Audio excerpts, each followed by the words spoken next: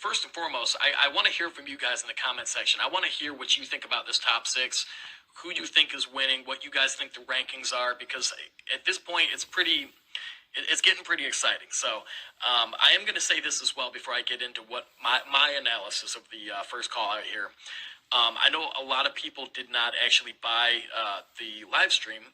So what I am going to do is basically try to take the first call out, which is what this video is going to be about, and just leave it run.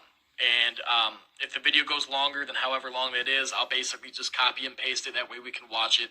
You guys can see exactly what I've been watching and make your own analysis of what's happening. And hopefully later tonight, if I stay up late enough, I'll do the second and third call out, maybe talk about 212 as well. So anyways, guys, let's go ahead and get into it. There's a lot of awesome stuff to talk about tonight. So first and foremost, I want to talk about who I think the top three are, and we're going to go into the discussion on that. So in no particular order, I first want to talk about Big Ramy, because in my opinion, man, Big Ramy brought it. He looks incredible. I think, now, let me say this. He is conditioned, but is this the crazy, like, blow your socks off kind of conditioning?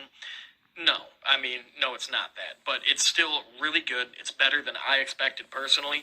And I think he is making a serious argument to win the show. And we're going to go ahead and get into that. But what I like from Ramy, man, he brought the size and the condition. So if you look at something like 2017 for Ramy, he brought the condition and dryness, but at the expense of the fullness. And it was a really good look for him. But if you look back farther in other shows, there's a lot of times where he brought the fullness without the condition. And, you know, as much as everyone loves seeing these big mass monsters, it's just not a winning look. You need to bring the condition and the fullness. And when you do that, you're really in contention for the title, especially if you got the genetics in the frame of someone like Big Ramy, which is why I personally think he's making an argument for first place. Now, I know a lot of people are not the biggest fan of his structure. Me personally, and even the announcers were saying this, the dude has killer genetics, killer structure. Rich Gaspari and Sean Ray were commending the guy, how great he looked. I mean, when you put him in between Phil and Brandon, he made... My eyes kept going back to Ramy because he looked incredible. His conditioning was enough to stand up with this guy, or with these guys, but his mass, he was outmassing those guys by a long shot. So I think he looked incredible. More on that later. Let's go ahead and move on to Brandon. Now, when I look at Brandon, I think Brandon looked pretty dang incredible. I think Brandon really did a lot for himself. I think he... if you look at 2019, when he won the Arnold, he was very conditioned. Everyone loved that look. When he came into the Olympia later that year, he kind of sacrificed some of that tightness to bring fullness. And it was still a good look, just a different look. But I think he listened to the criticisms, and this year he brought a good combination of both. He's still very full, but he is very tight, especially compared to the Olympia last year. His conditioning is very good. I think this is one of the best Brandon Currys we've ever seen, maybe the best. Actually, you know what, in my opinion, I'll go ahead and say I think this is the best Brandon Curry we've ever seen. So, yeah, I'm super impressed with the guy. You know, I'm a huge Brandon Curry fan. Really, the top three in general. I'm a fan of Ramy, Curry, and Phil. So I'm very happy to see that's the top three here, at least what it looks like. All right, guys, and rounding out that top three, we got Phil Heath, of course. Now, Phil Heath, the big question going into this show was a two-part question. A, is he going to bring that crazy conditioning like 2011 or 2013 or even 2012 where he just blew everybody else off the stage? And the second part, was he going to fix that stomach distension that he had in 2017, 2018, even in 2014 to some extent? Was he going to be able to fix that and come in, you know, having all that time off after the last surgery that he had? Well, let me put it like this. I think the conditioning, it's definitely a good version of Phil. He is definitely conditioned, you know, one of the most conditioned guys out of everybody, like we expected. You know, he never really struggles with conditioning. Even his version of off is still, you know, better than a lot of people's version of on. However, this is definitely not one of the better versions of Phil, in my opinion. Even in 2018, if you look at his hamstrings, you can see every freaking fiber going up and down the back of his hamstrings, man. even though from the back, he still looks incredible. I mean, don't get me wrong, he's not off by any means. The dude looks incredible. I'm just saying this is definitely not one of the better Phil Heaths that we've ever seen. It's somewhere in the middle. Now, as far as the stomach distension, that's a different story. Now, is it as bad as it was in 2018 or 2017? Probably not. I think he's doing a pretty good job. I think he's making a serious conscious effort, you can tell, to try to hold it in, to rein it in. But you can tell during some of the transitions and while he's, moving positions as he is right here, you can tell, especially when he gets winded, I think he just kind of lets it out a little bit too much. And you can definitely see it's taken away from some of the poses that he's doing. And guys, if anybody is been subscribed to my channel and watches my videos, this is not the channel to tear people down. I'm not about that negative stuff. I don't leave negative comments. I don't do that stuff. But I am going to be honest about what I see here. And yes, I do think the distension is an issue for Phil here. In fact, I was actually pretty bummed to see it, not because of any other reason that I felt bad for him. I know he had everything. Let's just say this. He was definitely aware of the biggest issue that he had in 2018, and I think he probably knew before he walked out on stage that, it was probably going to be an issue for the show. And how much of an issue is this going to be? It's really hard to tell, because the judges have turned a blind eye to things like stomach distension in the past, but in this circumstance, I personally would have to guess that it's going to cost Phil that first place spot. Now, if he came in with a super tight midsection, Phil would probably be able to do enough to win the show. But, the fact that this is not the tightest we have ever seen Phil, plus the fact that he is having, at least moderate issues controlling his stomach again, and you throw on top the fact that this is probably the best Brandon and probably the best Ramy that we've ever seen, or at least one of the best. Yeah, I don't know, guys. If Phil won, he does have probably the best completeness out of all three of them as far as completeness and muscle separation. But this is going to kind of segue into my predictions, what I want to see. I think Ramy did enough, and I think he looks good enough to win the show. And that's taking nothing away from Phil or Brandon. I just think Ramy came in just the best this guy has probably ever brought, and I think he deserves it. Me personally, man, I'm super proud of the guy. I'm just so happy with what I see from him. And especially if he comes in tighter tomorrow, I think he deserves to be the winner of this Olympia, and I really hope they give it to him. Now, second place, I would give it to Brandon, because I think this is the best Brandon we've ever seen. And if Ramy did not come in as good as he did, I would say Brandon, would probably repeat. But what the judges are going to do, it's hard to say.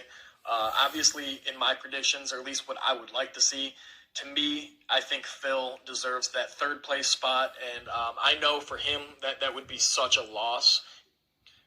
Between Brandon and Phil, it's actually between the top three, it's just, guys, it's really apples and oranges. On one hand, you got Ramy, who is just bigger than everybody and, above average conditioning, really good version of Ramy, much wider and bigger than everyone. Then you got Phil, who basically probably has the most complete 3D separated physique, but he's kind of narrow and he has stomach distension. And then you got Brandon, who brought a better version than last year, has the most aesthetic, clean, kind of pretty physique, for lack of a better word, but doesn't have the leg size to hang with the other two guys. So you got a lot of different physiques that you're kind of comparing, and they each have their own strengths and weaknesses. Now, me personally, like I said, I think Ramy's size and conditioning should be enough for him to win in my eyes. And then it'd be second and third place between Brandon and Phil. And me personally, for the Mr. Olympia, I think Brandon kind of deserves it because, again, that stomach distension for Phil, man, I hate to say it, guys, man. I just, for a Mr. Olympia to have a stomach like that, it's problematic, And while in the poses he seems to kind of rein it in, it's really here nor there. I mean, any one of these guys could win this show, and you could make an argument for it. It's just me personally, I would put Ramy in first, Brandon in second, and Phil in third. So now we're going to go ahead and move in to talk about spots 4, 5, and 6. And clearly the remaining 3, we have William Bonax, Hadi Choopan, and Akeem Williams. Now, first and foremost, let me just talk about Akeem Williams and how happy I am for this guy, because Akeem has had such a crazy physique of just muscle mass and just roundness and just density. Like, this guy is just known for bringing that size. He lifts really freaking heavy. He lifts hard. And for a long time, everybody was like, man, if Akeem could just bring the condition, he would just be looking amazing and just destroying people on stage. And you know what? He's been getting better and better and better. Every single show I see this guy do, it's like he figures it out a little bit more. They just bring a better package. And this show is the best Akeem Williams I have ever seen. He has some crazy conditioning in his legs compared to the past, you know. So yeah, super, super happy for Akeem. He definitely deserves, as soon as I seen Akeem walk on stage for his individual, even before they stood him next to anybody, I literally thought, this guy deserves top 6. I don't even need to see the rest of the people. I was like, this guy just, I was sure that this guy was going to be top 6, and it looks like he just narrowly made the top 6, so that is awesome for this guy. Definitely deserves it. I hope he's happy with that, because that's an amazing accomplishment. Very stacked lineup. So while we're talking about Akeem, let's go ahead and talk about some of the strengths and weaknesses. You know, again, you can see from the side, his legs have massive thickness. His whole body has thickness, density. Pretty good conditioning. Again, as far as conditioning compared to some of the other guys, definitely not one of the better. And he has kind of high lats from the back. You know, his back has a little softness to it. Even for some reason, his legs look really hard, but his back looks soft. So it's kind of a strange thing. But yeah, he has a lot of positive things. Huge arms, huge legs. I mean, dude deserves to be up here in the top 6. So, you know, congrats to him. Let's go ahead and move to William Bonax. So William Bonax looks incredible, like he always does. William, for some reason, I don't know if it's because he's one of the shorter guys, same thing with Hadi, but they don't seem to get the same attention because he has the thickness, he has the 3D look that Phil Heath has, huge legs, everything's separated in 3D look, and big arms.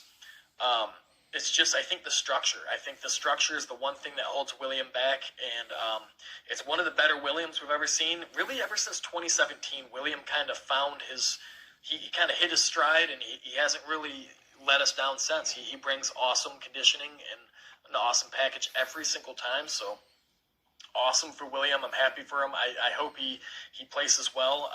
To me, it looks like he's going to sit in that 4th place spot, maybe 5th, depending on Hadi Choopan. Now talking about Hadi, let's go ahead and talk about him. Very similar package this year to what it was last year. Maybe a little bit bigger, but yeah, Hadi looks incredible like always. He has the same issue that William has, which is, you know, having the shorter stature, maybe not the cleanest aesthetic look, but you know, for what he lacks in aesthetics, he makes up for with size, density, and conditioning. So yeah, super happy that Hadi could actually get here. I know he was having some struggles with his visa, but you know, they figured it out last minute. They were able to get him here, and he did not disappoint. He looks incredible. And yeah, I think he's going to be sitting around that 4th to 5th place spot. If I had to guess, I think he probably is going to take that 4th place spot, and William's going to take 5th, based on how they move these guys around. But, you know, it really could be either or. You know, these guys are so close. So, yeah, we'll see how that goes. And, yeah, guys, that basically rounds out the top 6. And, again, I can't say enough how exciting this has been. I think everybody did their homework. They brought very good